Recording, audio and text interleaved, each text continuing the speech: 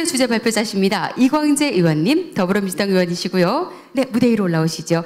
아름다운 부산의 미래, 도전과 혁신에 있습니다. 라는 주제를 준비해 주셨습니다. 박수로 모시겠습니다. 네, 반갑습니다. 이렇게 많이 모실 좀 제 처갓집이 부산인데요. 오늘 이 자리를 만들어주신 부산일보 우리 사장님 관계자 여러분, 그 다음에 부산시, 그 다음에 우리 김주환 BNK 금융지 회장님, 상공에서 이 행사 한번 하려면 많은 분들이 많은 노력이 있어야 되거든요.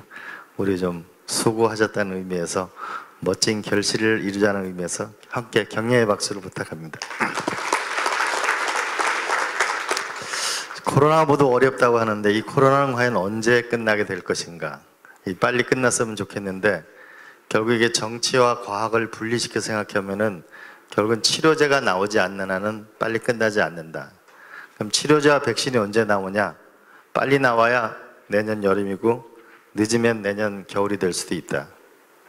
그러면 지금 아마 조금 더 8월 달이 되게 되면 아마 웬만한 회사에서는 무급휴직을 해야 될 상황이 올지도 모릅니다.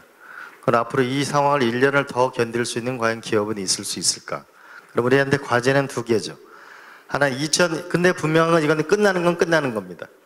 그러면 내년 말까지 우리는 어떻게 견디고 살아남을 것인가가 하나의 과제고, 두 번째로는 앞으로 미래에 살아남을 우리의 신성장 동력을 어떻게 가져갈 거냐. 이 두 가지가 우리 앞에 남은 과제라고 보겠습니다. 우리가 중국이 현재 이 코로나를 넘어가기 위해서 하고 있는 것이 7대 혁신 분야인데 5G, 인공지능, 빅데이터, 산업, 어서 비슷한 얘기입니다. 그런데 중국하고 우리하고 나라가 규모 사이즈는 다르지만 돈을 투입하는 걸 보게 되면 5G를 하는데 40조, 데이터 센터 20조, 고속철도 93조. 우리하고는 비교할 수 없을 정도의 어마어마한 양을 투입하고 있는 거죠. 왜냐하면 우리가 이게 V자 개국이라고 하면 결국 V자를 메워가든지 하나는 뭐냐면 뛰어넘든지 두 가지가 있어야 되는데 두 경우 모두 다 막대한 재원이 필요하죠. 그래서 저는 대한민국이 앞으로 이 험난한 과정을 미래로 가려면 막대한 거를 우리가 상상하지 없을 정도의 양을 투입해야만 이 V자 개국을 넘어갈 수 있을 거라고 생각합니다. 자, 그럼 코로나 이전과 이후에 세계의 주식시장의 변동을 보게 되면은 대략 뭐냐면 전통산업이 쇠퇴하거나 바이오 산업이 성장하고 있는 것을 대체로 우리가 볼 수 있습니다. 이게 다우존스나 세계적인 주식의 추이가 이렇습니다. 그다음 또 하나는 소프트웨어 산업의 등장이라고 볼 수 있는데, 많은 분들이 도대체 이 디지털 경제의 본질이 뭐냐?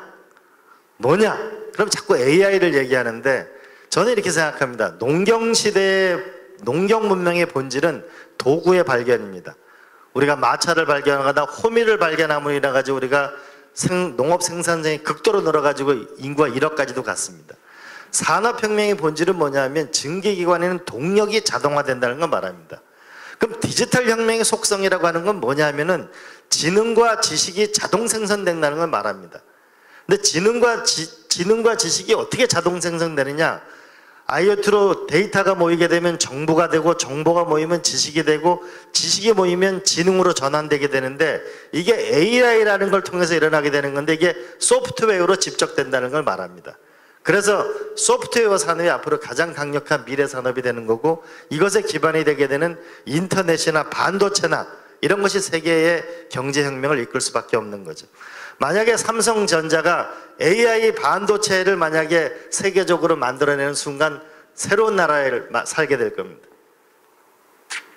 그다음에 우리가 미국 기업에서 재밌는 걸 보게 되면은, 우리가 20세기 미국을 만든 거는 에디슨이 합자회사를 만드는 제너럴 일렉트릭이었습니다. 제너럴 일렉트릭을 만든 회사는 1902년도에 냉장고, 세탁기, 토스트기 이걸 만들면서 가전시대를 만들면서 미국의 세대를 만든 것이 제너럴 일렉트릭이었습니다. 근데 1999년까지 제너럴 일렉트릭은 넘버 1이 마이크로소프트 회사였는데 재작년에 제너럴 일렉트릭이 다우존스에서 퇴출됐죠. 완전히 지금 애플이나 마이크로소프트나 아마존이나 알파넷이나 페이스북이나 우리가 과거에 들어보지 못한 것이 미국의 현재 나스닥 시장을 이끌고 있습니다. 그럼 한국 기업은 어떻게 되느냐? 우리가 처음엔 KT, 삼성전자, SK텔레콤, 한국전력에서 지금은 삼성전자, SK하이닉스, 삼성, 네이버, 셀트리온, LG화학 배터리를 하는 쪽이죠. 이게 현재 우리를 이끌고 있습니다. 자, 그러면 우리가 한번 살펴보면 우리가 이 부분을 유의해 주셨습니다. 미국에서 여태까지 유형자산을 만드는 기업들하고 무형자산을 만드는 기업들을 보게 되면 전체 GDP에서 지적재산권 투자 비중이 자동차 시장보다도 많은 게 2003년이고 주택 투자보다 많은 것이 2008년이고 이 뭐냐면 지적재산권 투자로 급속히 나아가네. 결국 소프트웨어 투자라고 볼 수 있겠죠. 앞으로 돈을 어디서 버느냐라 보면 과거에는 조립, 가공, 부품 조달, 물류, 현재 이게 우리 부산이 처해 있는 대부분의 경제산업 구조죠. 근데 앞으로 밸류 체인은 결국은 기획을 하거나 디자인을 하거나 마케팅을 하거나 사후 서비스하는 쪽으로 옮겨간대. 그러니까 우리가 거의 막대한 뭐냐면 자동차 부품 산업을 여태 해오다가 철강 산업을 해오다가 조선 산업을 해오다가 그럼 어떻게 옮겨갈 수 있겠냐.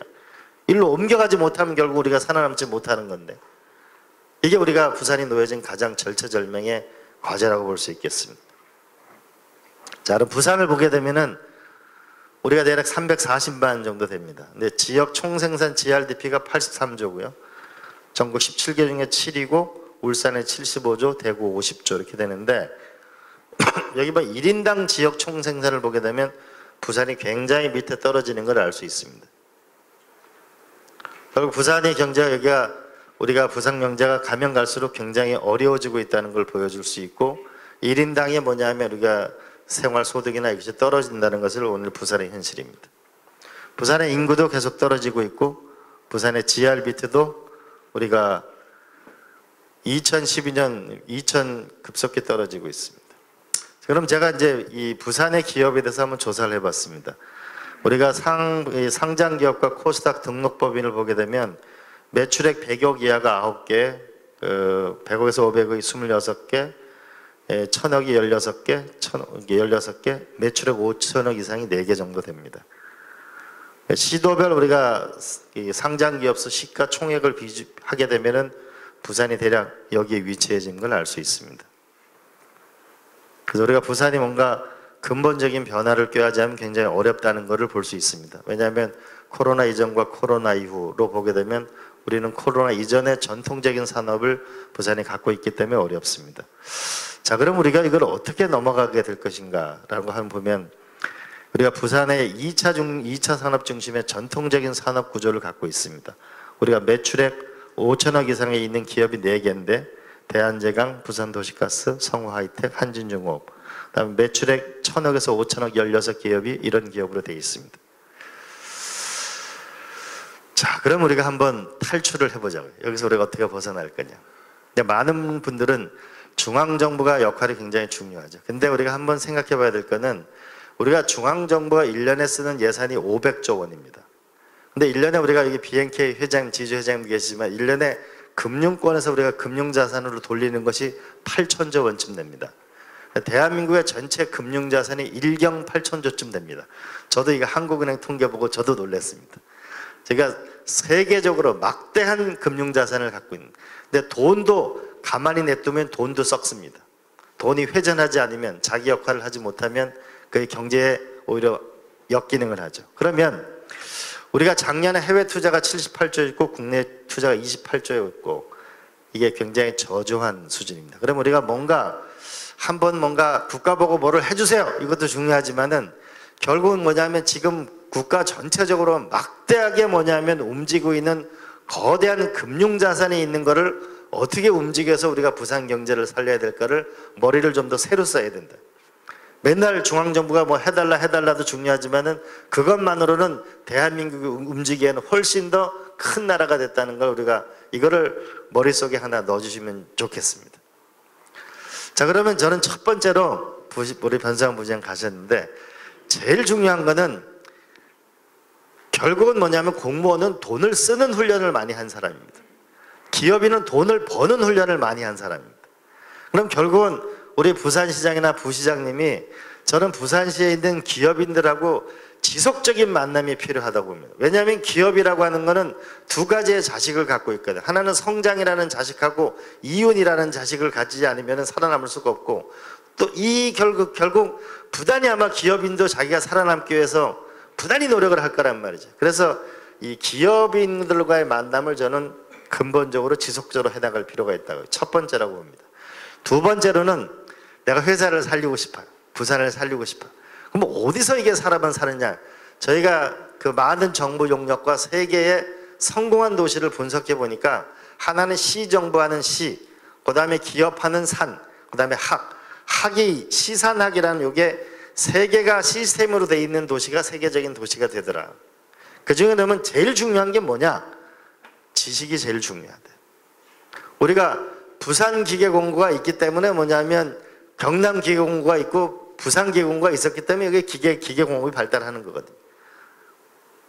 지식이 제일 중요하다. 근데 우리가 한번 생각해 보시죠. 우리가 만약에 이 부산대학하고 옛날 경남고등학교가 지금 서울에 있는 명문대학을 몇 명이나 들어가죠? 옛날 부산대학하고 부산고등학교를 한번 경남고등학교를 생각해 보세요. 옛날 부산대학하고 지금 부산대학을 생각해 보세요. 여러분들이 모르게 이 많은 부산 지역의 지도자인데 부산대학이 뭐냐면 명문대학이 되지 않고 여기서 어떻게 부산에서 세계적인 기업이 나오겠습니까? 부산이 금융중심이라고 얘기하는데 금융학과가 세계적인 금융학과가 나오지 않고 여기서 어떻게 세계적인 금융중심지가 될 리가 없거든요. 지식을 어떻게 만들어낼 것인가? 우리가 유아부터 초중고 뭐냐면 이 대학까지의 가장 선진적인 시스템을 어떻게 만들어낼 건가? 이 문제를 고민하지 않고는 절대로 뭐냐면 새로운 기업이 탄생하지 않습니다. 왜? 인간은 눈, 코, 입이 다 비슷한 것 같지만 다른 건 뭐냐? 그 뇌에 뭐가 들어있는가 다른 게 때문에. 이 교육의 문제가 제일 중요하다. 자, 그럼 예를 들어 보겠습니다. 여기 네덜란드에 3만 6천 명이 사는 바이닝햄이라는 도시입니다. 조그만 도시입니다. 근데 여기에 농촌진흥청하고 지방대학이 두 개를 합했습니다. 그래가지고 여기는 세계 최고의 농업대학이 나왔습니다. 그래서 여기는 식품 하나만 연구를 합니다. 식품 하나만 가지고 산업을 하는데 대략 여기는 R&D 인원이 15,000명인데 박사가 1,200명입니다. 네덜란드는 농민이 12만 명 농민이 1년에 100조 원을 수출합니다.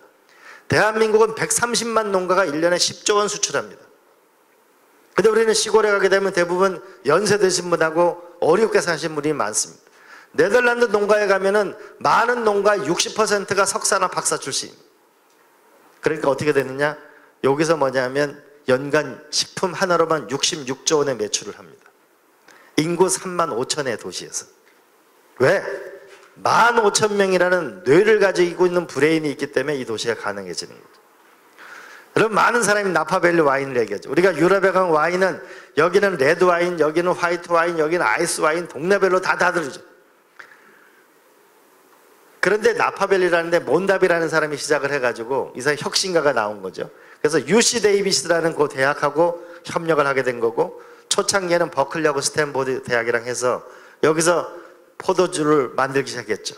그래서 우리가 영화 대부를 만든 코폴란 감독이 최초 투자자로 유명했었고 그 다음에 나중에는 지옥의 묵시록이라는 영화가 다시 또 성공을 하게 되면서 여기에 일약 여기에 나파밸리의 특징은 뭐냐면 모든 와인을 한 곳에서 다 생산하는 겁니다. 포도주 하나로만. 근데 여기서 보면 나파밸리 와인을 모르시는 분이 없잖아요. 이 몇 조 원어치를 파는데. 그런데 여기서 뭐냐면 나파밸리 와인을 생산하고 관광업 종사하는 사람 15,000명밖에 안 됩니다. 15,000명이 혁신 역량을 있으니까 세계를 주도할 수 있는 거죠.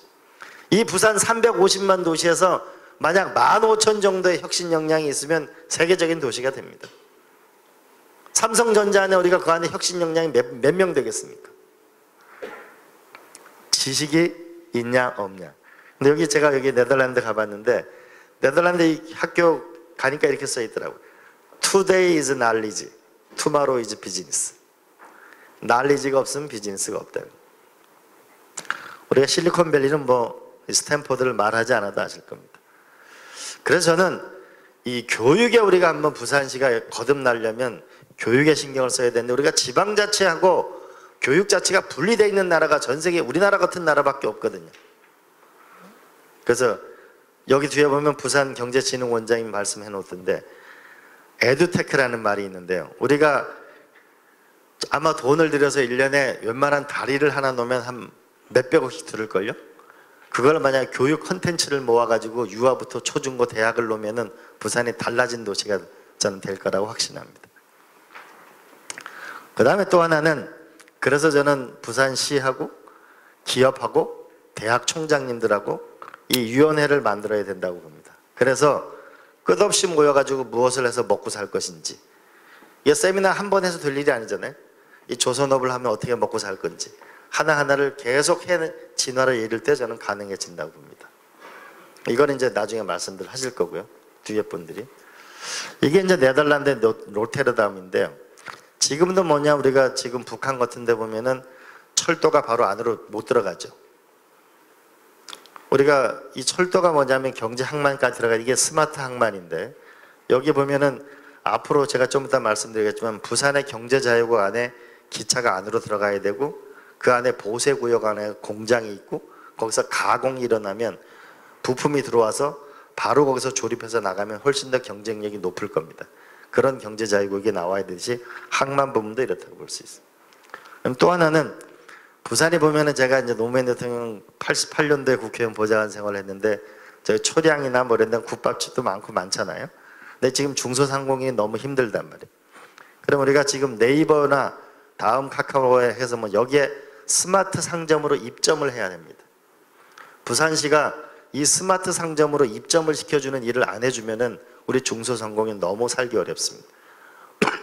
올해 특별한 일이 없는 한은 쿠팡이 아마 상당한 뭐냐면 흑자 행진을 거듭해 나갈 겁니다. 우리 중소상공을 위해서 이게 네이버가 운영하는 쇼핑몰에 소상공으로 입점하고 거기서 장보기를 하고 우리가 거기서 뭐냐면 배달하는 시스템을 만들어 줘야만 중소상공인이 살 수 있습니다. 그 다음에 스마트 숙박거든.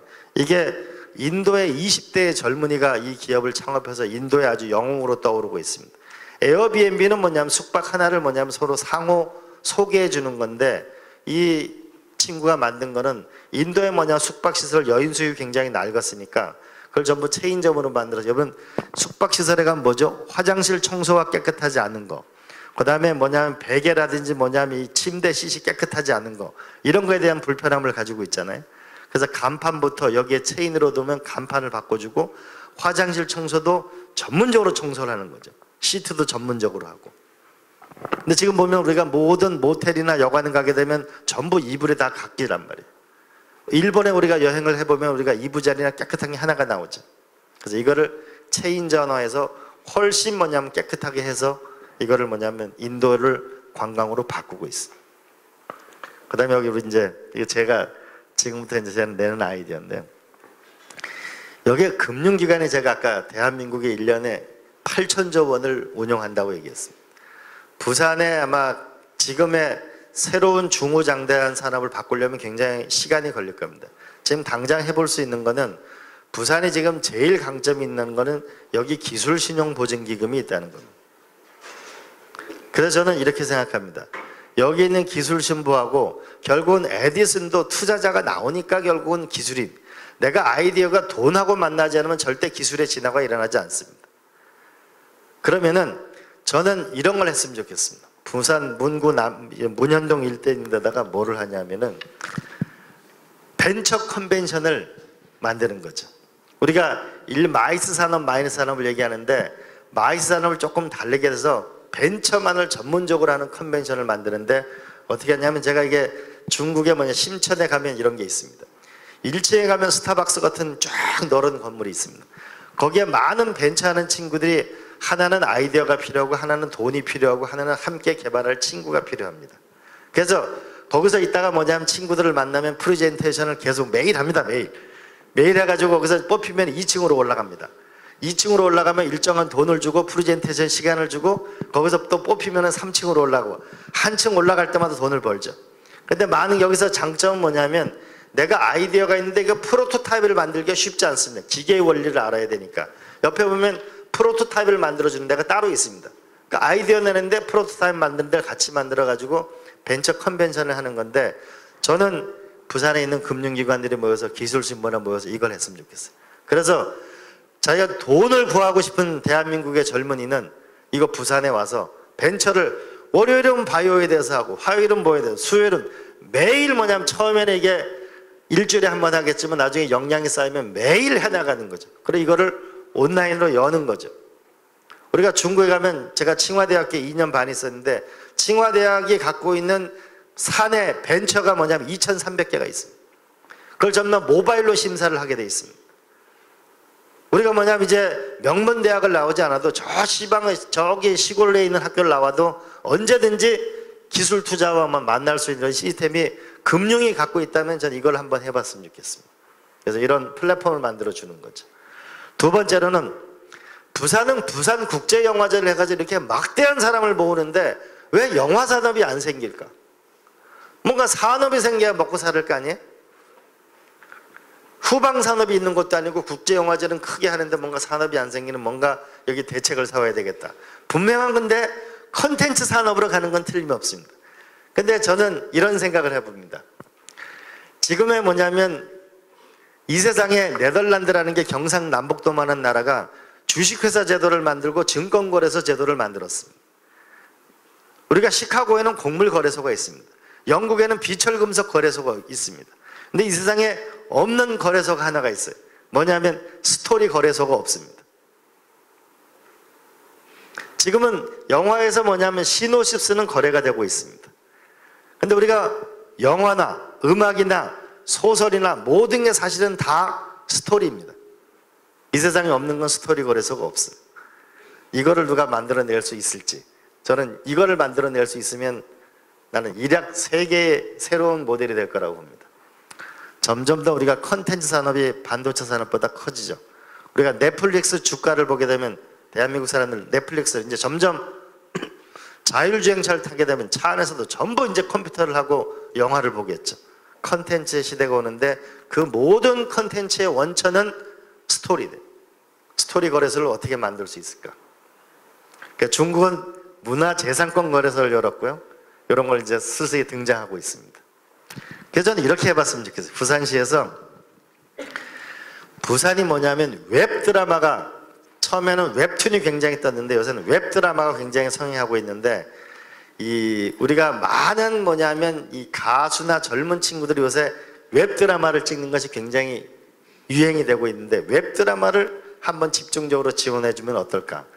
또 하나는 우리가 부산시에서 대한민국의 문학상이라고 하는 건 전부 다 부산에서 시상식을 해가지고 일정 부분 재정적 지원을 하는데 우리가 당선된 사람만 그 스토리가 살아있는 게 아니고 거기에 낙선한 사람도 전부 블록체인으로 그 사람한테 그 전부 자기 소유권을 나중에 가질 수 있도록 하는 거죠.